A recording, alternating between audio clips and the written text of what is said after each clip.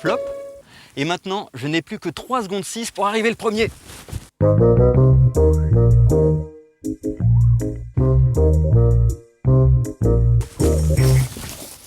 Ah, trop tard, c'est incroyable la vitesse. En fait, il y a des scientifiques très attentifs qui ont compté la chose. Et ils se sont aperçus qu'il fallait en moyenne 3 secondes 6 aux premières mouches pour arriver sur les bouses.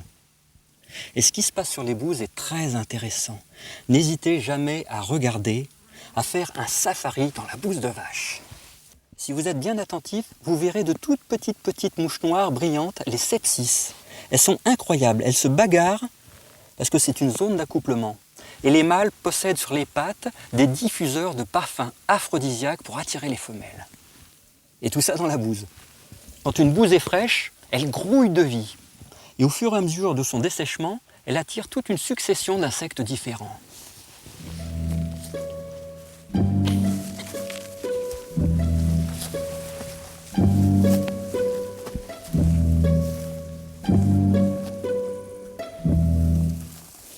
Très intéressant. Ce sont des petits trous créés par les sphéridiomes. Ce sont des insectes, des coléoptères, qui ressemblent un petit peu à des coccinelles. Et tous ces insectes attirent leurs prédateurs.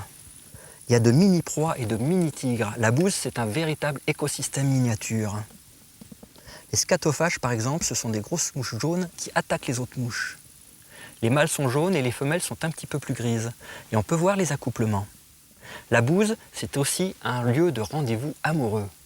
C'est encore une nurserie. Sous la croûte qui est déjà un petit peu sèche, grouillent des centaines et des centaines de larves d'insectes. Ça peut vous paraître dégoûtant, mais en fait c'est primordial. Nous sommes ici au cœur de l'écosystème. Sans tous ces animaux, la Terre serait stérile. J'en veux pour preuve l'histoire de l'Australie. À la fin du XVIIIe siècle, on a introduit des vaches venant d'Europe. Or, les bousiers australiens ne savaient dégrader que les crottes de kangourous.